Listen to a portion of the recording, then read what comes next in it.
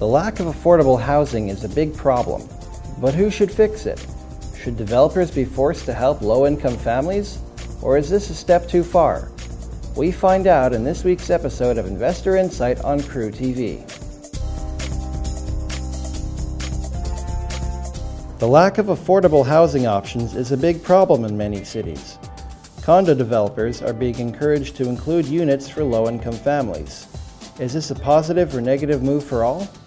Investor interest is mainly determined by the rate of appreciation of a property that's projected over the coming years. Also, end user interest is determined by location and proximity to transit and other amenities.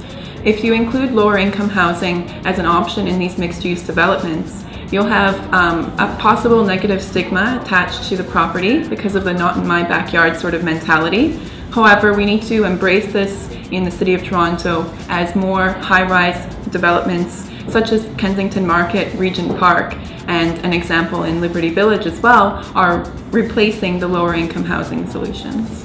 Forget the cash and the stats. Do we have a moral obligation to help the low-income market?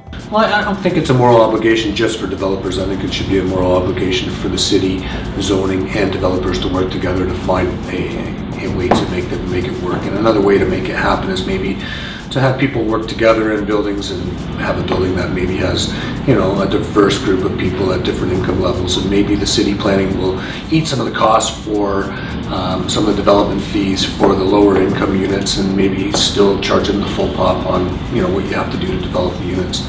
It is very expensive to develop units right now. I'm doing a project with George Ross from the Trump organization in Hamilton, and we're $40,000 a unit just in development costs alone. So.